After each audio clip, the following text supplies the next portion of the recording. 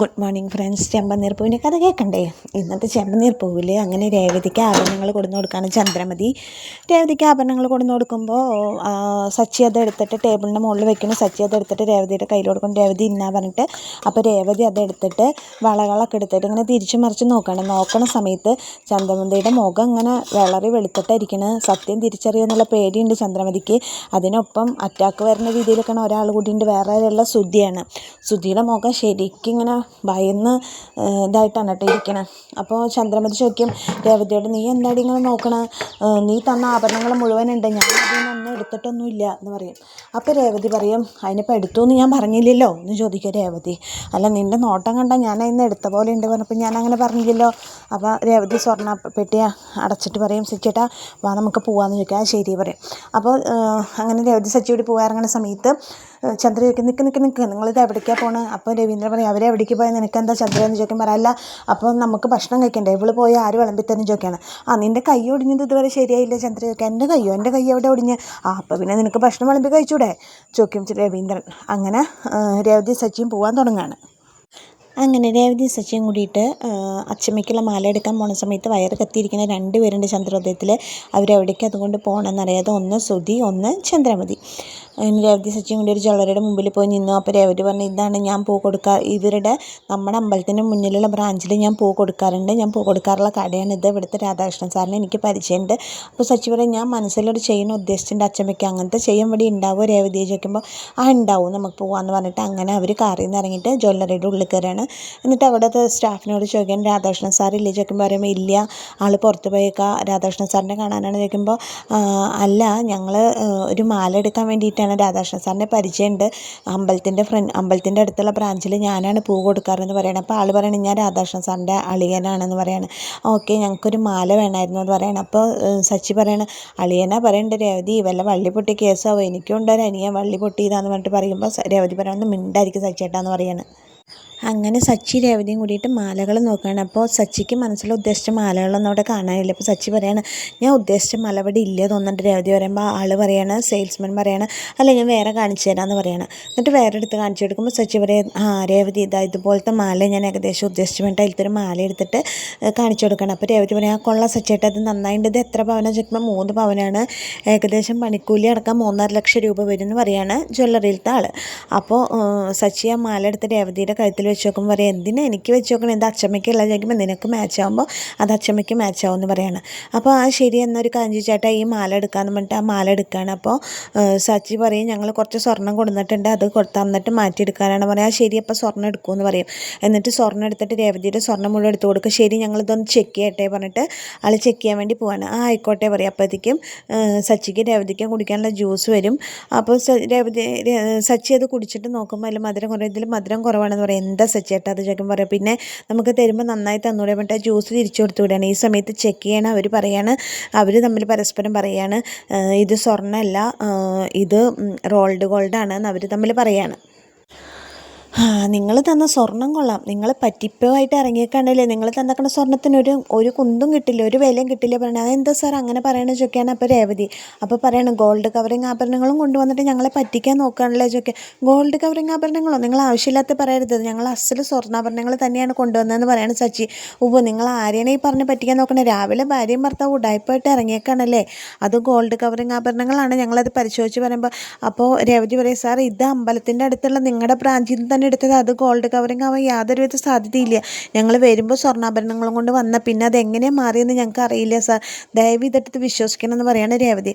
അപ്പോൾ sales staff പറയാണ്, എന്തായാലും നിങ്ങളിവിടെ നിൽക്കുക, പോലീസ് വരട്ടെ, പോലീസിനെ വിളിച്ചിട്ട് പോലീസ് വരട്ടെ, പോലീസ് വന്നിട്ട് നമുക്ക് തീരുമാനിക്കാൻ പറയുമ്പോൾ, നോണ പറഞ്ഞ് നീ അടി മേടിക്കും പറയാണ് സച്ചി. നീ ഇങ്ങോട്ട് വാ, അടിക്കണത് നീ കാണുള്ളൂ, വേറൊന്നും നീ കാണില്ല പറഞ്ഞിട്ട് സച്ചിയും സെയിൽസ് സ്റ്റാഫും തമ്മിൽ 1-2 പറഞ്ഞ് പ്രശ്നമാക്കണം. അപ്പോൾ രേവതി പറയും, മിണ്ടാതിരിക്കും സച്ചിയേട്ടാന്ന് പറഞ്ഞിട്ട് പറയും, സാർ ഞങ്ങളിത് വീട്ടിൽ നിന്ന് വരുമ്പോൾ ഞങ്ങൾ ഗോൾഡ് കവറിങ് ആഭരണങ്ങളല്ല സ്വർണ്ണാഭരണങ്ങൾ തന്നെയായിരുന്നു കൊണ്ടുവന്നിട്ടുണ്ടായിരുന്നത്, ഇതിൻ്റെ ബാക്കി ആഭരണങ്ങൾ എൻ്റെ സഞ്ചിയിലുണ്ട്, അത് നോക്കിയാൽ നിങ്ങൾക്ക് അറിഞ്ഞൂടെ, ഇത് നിങ്ങളുടെ തന്നെ അമ്പലത്തിൻ്റെ അവിടെയുള്ള ബ്രാഞ്ചിൽ നിന്ന് എടുത്തണം സാർ, പിന്നീട് എങ്ങനെ അത് ഗോൾഡ് കവറിങ് ആയി എന്ന് ഞങ്ങൾക്ക് അറിയില്ല. അപ്പോൾ സച്ചി പറയും ഞങ്ങളുടെ സ്വർണ്ണാഭരണങ്ങൾ അകത്ത് കൊണ്ടുപോയിട്ട് ഗോൾഡ് കവറിങ് ആഭരണങ്ങൾ പകരം വെച്ചിട്ട് ഞങ്ങളെ പറ്റിക്കാൻ നോക്കാമല്ലോ ചോദിക്കുമ്പോൾ നോണ പറയുന്നത്, ഞങ്ങൾക്ക് അതിൻ്റെ ആവശ്യമൊന്നുമില്ല, ഞങ്ങളുടെ ജ്വല്ലറിയിൽ CCTV ക്യാമറ ഉണ്ട്, ഇതിൽ ചെക്ക് ചെയ്ത് അറിയാമല്ലോ നിങ്ങളുടെ സ്വർണ്ണങ്ങൾ ഞങ്ങൾ മാറ്റിയിട്ടുണ്ടോ ഇല്ലയെന്ന് പറഞ്ഞിട്ട് അങ്ങനെ 1-2 പ്രശ്നം പറയണതിൻ്റെ ഇടയിൽ കൂടെ ജ്വല്ലറിയുടെ ഓണർ രാധാകൃഷ്ണൻ സാറ് കയറി വരികയാണ്.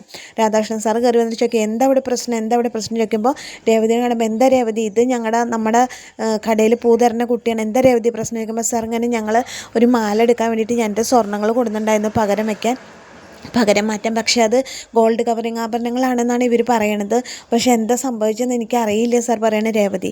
അപ്പോൾ അവിടുത്തെ സെയിൽസ് സ്റ്റാഫ് പറയുന്നത് നോക്ക് സാർ ഇത് കണ്ടോ, ഇത് ഗോൾഡ് കവറിങ് ആഭരണങ്ങൾ തന്നെയാണെന്ന് പറഞ്ഞിട്ട് വളകൾ എടുത്തിട്ട് രാധാകൃഷ്ണൻ സാറിനെ കാണിച്ചു കൊടുക്കുകയാണ്. അങ്ങനെ രാധാകൃഷ്ണൻ സാറ് പറയാണ് സച്ചിയോട് രേവതിയോടും പറയണത് ഇതെന്താ സംഭവിച്ചു ചോദിക്കുമ്പോൾ സച്ചി പറയും ഞങ്ങളിവിടെ വരുമ്പോൾ സ്വർണ്ണമായിരുന്നു സാർ, ഇതെന്തുണ്ടായെന്ന് അറിയില്ല പറയുമ്പോൾ പറയാം അനിയ ഒരിക്കലും ഞങ്ങളുടെ കടയിൽ നിന്ന് അങ്ങനെ സംഭവിക്കില്ല, ഞങ്ങൾ എത്രയോ വർഷത്തെ പാരമ്പര്യമുള്ള ആൾക്കാരാണ്, ഒരിക്കലും ഞങ്ങളുടെ ഭാഗത്തു നിന്ന് അങ്ങനെ ഒരു തെറ്റ് വരില്ല കേട്ടോ, ഇത് നിങ്ങൾക്ക് ആർക്കോ എന്തോ നിങ്ങൾക്ക് എവിടെയോ ഫോൾട്ട് വന്നിട്ട് നിങ്ങളെ ആരോ കബളിപ്പിച്ചതാണ്, നിങ്ങളത് നോക്ക്, നിങ്ങളിവിടെ വന്ന് നിങ്ങളുടെ ഭാഗ്യം, വേറെ വല്ല ജ്വല്ലറി ആണെങ്കിൽ നിങ്ങളിപ്പോൾ പോലീസ് പിടിച്ചു കൊണ്ടുപോയെന്ന് പറയാണ്. രേവതിനെ എനിക്കറിയാം, രേവതി ഞങ്ങളുടെ കടയിൽ പൂ തരുന്ന കുട്ടിയാണ്, അതുകൊണ്ട് രേവതി എനിക്കറിയാം, രേവതി ഒരിക്കലും നുണ പറയില്ല എന്ന് എനിക്കറിയാം പറയണം. അപ്പോൾ അത് കേട്ടുന്ന സ്റ്റാഫ് പറയണം അതൊക്കെ വിട് സാറേ, നമുക്ക് പോലീസിനെ വിളിക്കാം, പോലീസ് വരട്ടെ പറയുമ്പോൾ വേണ്ട, ഒരു പോലീസിനെ വിളിക്കേണ്ട, ഇവരേനെ എനിക്ക് അറിയണതാണ്, രേവതിനെ എനിക്കറിയാം, ഒരിക്കലും രേവതി അങ്ങനെ ഒരു പറ്റിക്കലിനെ കൂട്ടി നിൽക്കില്ല എന്ന് പറഞ്ഞിട്ട് സാറ് പറയണം നിങ്ങളൊരു കാഞ്ചി നിങ്ങളതൊന്ന് അന്വേഷിക്കുക, നിങ്ങളെ ആരെ പറ്റിച്ച് എന്തുണ്ടായിരുന്നൊന്ന് അന്വേഷിക്കുക അത് തിരിച്ചു കൊടുക്കുക പറഞ്ഞിട്ട് സ്വർണ്ണാഭരണങ്ങൾ തിരിച്ചു കൊടുക്കുകയാണ്. ഗോൾഡ് കവറിങ് ആഭരണങ്ങളൊക്കെ സച്ചിക്ക് രേവതിക്കും തിരിച്ചു കൊടുക്കുമ്പോൾ പറയും സ്റ്റാഫ് പറയും ഹലോ, അപ്പോൾ അവർ പോകാൻ തുടങ്ങുമ്പോൾ പറയും സ്റ്റാഫ് പറയും ഹലോ ജ്യൂസൊക്കെ കുടിച്ചിട്ട് പോയതല്ലേ, ചായ എടുക്കട്ടെ ചോദിക്കുമ്പോൾ വേഗം സച്ചി വന്നിട്ട് ജ്യൂസിൻ്റെ പൈസ അവരുടെ മുഖത്തേക്ക് എറിഞ്ഞു കൊടുത്തിട്ട് പറയും എന്നാലും എൻ്റെ ജ്യൂസിൻ്റെ പൈസ എറിഞ്ഞു കൊടുത്തിട്ട് പുറത്തേക്ക് ഇറങ്ങിയ വഴിക്ക് സച്ചി ഫോൺ വിളിക്കാൻ തുടങ്ങുകയാണ്. ഫോൺ വിളിക്കുമ്പോൾ മൊബൈൽ മേടിച്ചിട്ട് രേവതി ചോദിക്കും ഇത് ആരെ വിളിക്കാൻ പോകണം ചോദിക്കുമ്പോൾ അച്ഛനെ വിളിക്കണം, അച്ഛനോട് ചോദിക്കണ്ടേ, അമ്മയോട് ചോദിക്കാൻ പറയണേ, അത് എന്തുണ്ടായെന്ന് നമുക്ക് അറിയേണ്ടത് ചോദിക്കുമ്പോൾ സത്യാവസ്ഥ അറിയാതെ ഒന്നും എടുത്തു ചാടി ചെയ്യാതിരിക്കുക സച്ചിയേട്ടാ, നമുക്ക് എന്താ അതിൻ്റെ സത്യാവസ്ഥ എന്ന് ആദ്യം അറിയട്ടെ പറഞ്ഞിട്ട് രേവതി അത് മുടക്കുകയാണ്. അങ്ങനെ അവർ തമ്മിൽ സ്വർണ്ണത്തിൻ്റെ ചർച്ചയാണ് സച്ചി രേവതിയും തമ്മിൽ. അപ്പോൾ സച്ചി പറയുന്നുണ്ട് നമ്മളതിനെ അവർ കള്ളനെന്ന് വിളിച്ചു, പോലീസിനെ വിളിക്കുമെന്ന് പറഞ്ഞു, എത്ര മോശമായിട്ട് അവർ പെരുമാറിയെന്ന് പറയുമ്പോൾ രേവതി പറയും അവരെ കുറ്റം പറയാൻ പറ്റില്ല, ആരാണെങ്കിലും അങ്ങനെയല്ലേ സംസാരിക്കുള്ളൂ സച്ചിയേട്ട അത് വിട് പറയണ രേവതി, ഇനിയിപ്പോൾ ഇതിൻ്റെ പിന്നിൽ എന്താണെന്ന് നമുക്ക് കണ്ടുപിടിക്കണം, രേവതി ഒരു കാഞ്ചി നീ ഓട്ടോ വിളിച്ച് വീട്ടിൽ പൊക്കോ ഞാൻ വരാൻ പറയാം. അപ്പോൾ സച്ചിയേട്ട എവിടേക്കാണ് പോകണമെന്ന് ചോദിക്കുമ്പോൾ പറയും ഇതിൻ്റെ പിന്നിൽ അവനായിരിക്കും സ്വർണ്ണാഭരണങ്ങൾ മാറ്റി ഗോൾഡ് കവറിങ് ആഭരണങ്ങൾ വെച്ച്, ഞാൻ അവൻ്റെ ഷോറൂമിലേക്ക് ഒന്ന് പോട്ടെ, അവൻ ഉണ്ടാവും അവിടെ, ഞാൻ അവനെ പോയി കണ്ട് 2 പൊട്ടിച്ച് അവൻ സത്യം പറയുമെന്ന് പറയും. അപ്പോൾ രേവതി പറയും അങ്ങനെ എടുത്തു ചാടി ഒന്നും ചെയ്യാൻ വരട്ടെ, അദ്ദേഹമാണ് എടുത്തെന്നുള്ളതിന് എന്താ ഉറപ്പ്, അദ്ദേഹം അല്ല എന്നുണ്ടെങ്കിൽ പോയിട്ട് അദ്ദേഹത്തിനെ ഉപദ്രവിച്ചിട്ട് വെറുതെ അത് വലിയ പ്രശ്നമാവില്ലേ സച്ചിയേട്ടാ പറയാം, അല്ല ഇതിൻ്റെയൊക്കെ പിന്നിൽ വേറൊരാളുണ്ടല്ലോ വീട്ടിൽ എന്നൊക്കെ പറഞ്ഞിട്ട് അമ്മേനെ കുറ്റപ്പെടുത്താണ് സച്ചി. അപ്പോൾ രേവതി അതൊക്കെ തടയാണ്. അങ്ങനെ സച്ചി സുധിയോടടുത്ത് ചോദിക്കാനും സത്യങ്ങൾ തെളിയിക്കാൻ വേണ്ടിയിട്ട് ഇറങ്ങണ സമയത്ത് രേവതി അതിന് സമ്മതിക്കുന്നില്ല. സച്ചിനെ അച്ഛമ്മയുടെ പിറന്നാളാണ് സച്ചിയേട്ട, അച്ഛമ്മ 2 ദിവസം വീട്ടിൽ വന്ന് നിൽക്കുമ്പോൾ നല്ല ഹാപ്പി ആയിട്ടിരിക്കണം, നമ്മുടെ അച്ഛനും അച്ഛമ്മയും നമ്മൾ കാരണം വിഷമിക്കരുത്, ഇതൊക്കെ നമുക്ക് അന്വേഷിക്കാം, ഇനിയും സമയമുണ്ട്, 2 ദിവസത്തേക്ക് സച്ചിയേട്ട ഒരു പ്രശ്നത്തിന് പോകരുത്, അച്ഛമ്മ വന്ന് തിരിച്ചു പോകണവരെ നമ്മുടെ വീട്ടിലൊരു പ്രശ്നം ഉണ്ടാവരുത് പറയുമ്പോൾ സച്ചി പറയും അതൊന്നും നടക്കില്ല രേവതി, എനിക്കിത് ചോദിച്ചിട്ടേ പറ്റൂ എന്നൊക്കെ പറയണം. അപ്പോൾ രേവതി പറയും നടക്കില്ല സച്ചിയേട്ട, അത് സമ്മതിക്കില്ല ഞാൻ, സച്ചിയുടെ ഒരു കാര്യം 2 ദിവസം അച്ഛമ്മ വന്ന് പിറന്നാളാഘോഷം കഴിഞ്ഞ് പോണവർ ഇതിലൊരു പ്രശ്നം ഉണ്ടാവില്ല എന്ന് സച്ചിയേട്ടൻ എൻ്റെ തലേ തൊട്ട് സത്യം ചെയ്യുക പറയണം. അപ്പോൾ സച്ചി പറയും അതൊന്നും പറ്റില്ല, എനിക്ക് സത്യം ചെയ്യാനൊന്നും പറ്റില്ല, ഞാൻ ചിലപ്പോൾ എൻ്റെ സത്യമൊക്കെ തെറ്റിക്കുക, എനിക്ക് അങ്ങനെ പെരുമാറാനൊന്നും പറ്റില്ല, സത്യം പറഞ്ഞിട്ട് അത് പാലിക്കാനൊന്നും എനിക്ക് പറ്റിയെന്ന് വരില്ല പറയുമ്പോൾ സച്ചിയേട്ടൻ സത്യം ചെയ്തേ പറ്റൂ പറഞ്ഞിട്ട് രേവതി സച്ചിയെ കൊണ്ട് തലയിൽ തൊടിയിക്കുകയാണ്. അപ്പോൾ സച്ചി പറയണ ശരി, അച്ഛമ്മ വന്ന് പോണവരെ 2 ദിവസം ഞാനൊരു പ്രശ്നം ഉണ്ടാക്കില്ല, ഈ സ്വർണ്ണാഭരണങ്ങളുടെ പേരിൽ ഒരു പ്രശ്നം ഉണ്ടാക്കില്ല എന്ന് പറഞ്ഞിട്ട് സച്ചി സത്യം ചെയ്യാണ്.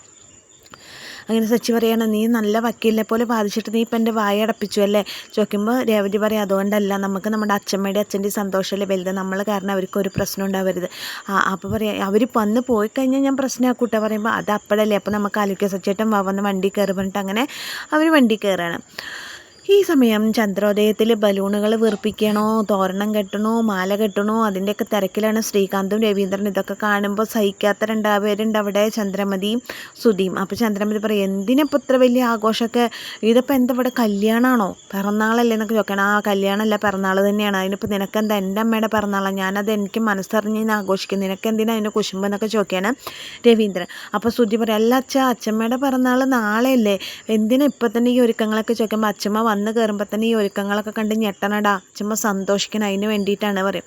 ശ്രീകാന്തിനോട് ശ്രീകാന്ത് നമുക്ക് പൊളിക്കണം. പിന്നെ ഇല്ല, ഞാൻ തകർക്കും വെച്ചാൽ അച്ഛനും ഒരു ടെൻഷനും വേണ്ട, നമുക്കത് അടിപൊളിയാക്കാമെന്ന് പറഞ്ഞിട്ട് ശ്രീകാന്ത് ബലൂണുകളൊക്കെ വീർപ്പിക്കണം. അപ്പോൾ ശ്രുതിയോട് പറയും രവീന്ദ്രൻ, ശ്രുതി നീ വെറുതെ അവിടെ നിൽക്കണമെന്നുണ്ടെങ്കിൽ വന്നിട്ട് ബലൂണൊക്കെ വീർപ്പിക്കുക. അയ്യോ ഞാൻ ഇവിടെ വെറുതെ നിൽക്കുക, എനിക്കിതൊന്നും പറഞ്ഞിട്ടുള്ള പണിയല്ല അച്ഛാ, അതൊന്നും എനിക്ക് ശീലമില്ല പറയാണ് ശ്രുതി. അപ്പോൾ ശ്രുതി ചന്ദ്രമതി ചായ കുടിച്ചുകൊണ്ടിരിക്കുകയാണ് കേട്ടോ. അപ്പോൾ ചന്ദ്രമതിക്ക് ഇത് കണ്ടിട്ട് സഹിക്കില്ല. അപ്പോൾ ചന്ദ്രമതി പറയണോ, പിന്നെ ഇപ്പോൾ ഒരു പിറന്നാളാണ് ഇത്ര ഗംഭീരമായിട്ട് ആഘോഷിക്കണം. എൻ്റെ ചന്ദ്ര, ഇത് എൻ്റെ അമ്മയുടെ പിറന്നാളാണ്, എൻ്റെ അമ്മയ്ക്കായിട്ട് എനിക്ക് ഒന്നും ചെയ്യാൻ പറ്റിയിട്ടില്ല, ഇതെങ്കിലും ചെയ്യണം, അതിന് നിനക്കെന്തിനാ അത്ര കുശുമ്പ പറഞ്ഞിട്ട് രവീന്ദ്രൻ ചന്ദ്രമതിയോട് പറയാണ്. അപ്പോൾ ചന്ദ്രമതിയോട് പറയും എൻ്റെ അമ്മ ഉള്ള സമയത്താണ് എനിക്ക് ഏറ്റവും കൂടുതൽ സന്തോഷം പറയുമ്പോൾ ചന്ദ്രമതി, അപ്പം ഞാനുള്ളപ്പോൾ നിങ്ങൾക്ക് സന്തോഷമല്ലേ ചോദിക്കുമ്പോഴേക്കും ശ്രീകാന്തിനെ കയ്യിലിടാന്ന് ബലൂൺ ടേ പറഞ്ഞ് പൊട്ടുകയാണ്. അപ്പോൾ രവീന്ദ്രൻ പറയണേ, ഓ എൻ്റെ ശ്രീകാന്ത് കറക്റ്റ് ടൈമിങ് ഇടാന്ന് പറഞ്ഞിട്ട് ശ്രീകാന്തും രവീന്ദ്രനും കൂടി ചിരിക്കുകയാണ്. അപ്പോൾ ചന്ദ്രമതിക്ക് അത് പിടിക്കുന്നില്ല കേട്ടോ. അപ്പോൾ ചന്ദ്രമതി പറയണത് ഇതൊക്കെ ചെയ്യാൻ നിങ്ങൾ മാത്രമേ ഉള്ളൂ, ഒരുത്തനും ഒരുത്തിയില്ലേ സച്ചി രവതി, അവരെ പോയി വിളിക്ക് വരാൻ എന്ന് പറയുമ്പോൾ പറയാം അവർ പുറത്തേക്ക് പോയി എൻ്റെ കുശുമ്പല്ലേ ചന്ദ്ര നിനക്ക്, അവർ പുറത്തേക്ക് പോയിട്ട് തിരിച്ച് വരട്ടെ എന്ന് പറയണം. അപ്പോൾ എന്താ പറയുക, ശ്രീകാന്ത് ബലൂണ് വീർപ്പിച്ചുകൊണ്ടിരിക്കുന്നുണ്ട്. രവീന്ദ്രൻ പറയണത് ഞാൻ ഈ മാലയൊക്കെ കെട്ടപ്പോൾ രവീന്ദ്രൻ മാല കെട്ടാൻ കയറുമ്പോൾ രവിയേട്ട സൂക്ഷിച്ച് എന്നൊക്കെ പറയണത് ചന്ദ്ര. ആ സമയത്ത് ശ്രുതി അങ്ങോട്ട് വരികയാണ്. ശ്രുതി അങ്ങോട്ട് വന്നിട്ട് മോളെ ഇതൊന്ന് പിടിക്കുന്ന വേണ്ടിയിട്ട് ശ്രുതിയുടെ അടുത്ത് മാല കെട്ട് ഉള്ളതൊക്കെ മാറ്റാൻ പറയുകയാണ്. അങ്ങനെ ശ്രുതി അവിടെ നിൽക്കുന്ന സമയത്ത് ശ്രുതി മെല്ലെ അവിടെ നിന്ന് എസ്കേപ്പ് ആവുകയാണ്. എനിക്കിതൊന്നും പറ്റില്ല എന്നിട്ട് ശ്രുതി എസ്കേപ്പ് ആവുന്ന സമയത്ത് ശ്രീകാന്ത് ശ്രുതിയേട്ടാ നിൽക്കുമെന്ന് പറയുമ്പോൾ ശ്രുതി കേൾക്കില്ല, ശ്രുതി ചായ എടുത്തിട്ട് പോവാണ്.